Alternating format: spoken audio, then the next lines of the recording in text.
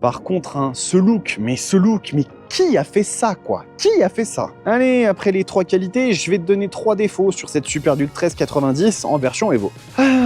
Déjà, on va commencer par le look de cette machine qui est quand même assez spécial. Bon, je vais enlever tout de suite les aspects qui fâchent. La tête de cette moto, elle est quand même pas belle. Elle est juste pas belle. Moi, je sais pas ce qu'ils ont foutu avec la tête de fourche. Alors oui, hein, c'est Kiska, c'est le bureau de design de KTM. Ils aiment bien faire des trucs un peu maboules. Mais là, je vous cache pas que je suis vraiment pas fan du tout de ce design. Hein. C'est un peu creux, ça fait plastique, c'est pas très beau. Et en fait, j'aurais vraiment préféré qu'ils suivent le chemin de la Duke 125 ou de la Duke 390, qui était bien plus réussi à mon sens.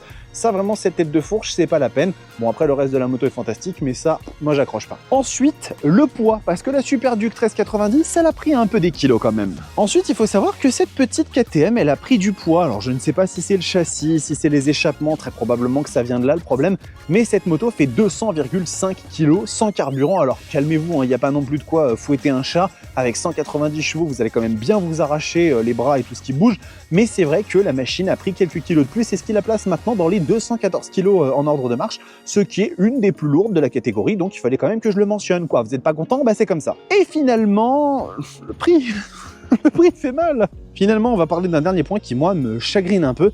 Cette moto, avec le Tech Pack, donc toutes les assistances électroniques, vaut 25 300 €. On est très proche, mais genre vraiment très proche, du prix d'une Street Fighter V4S qui est autrement plus prestigieuse. Ducati, c'est quand même la marque où on se dit, ouais voilà, bon, les motos valent cher.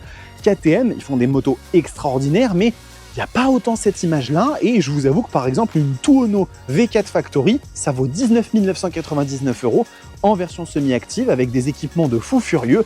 Alors oui, cette machine, elle est très bien dotée, mais je trouve quand même que ça fait un petit peu mal, et à vous de me dire si ça vous chagrine ou pas.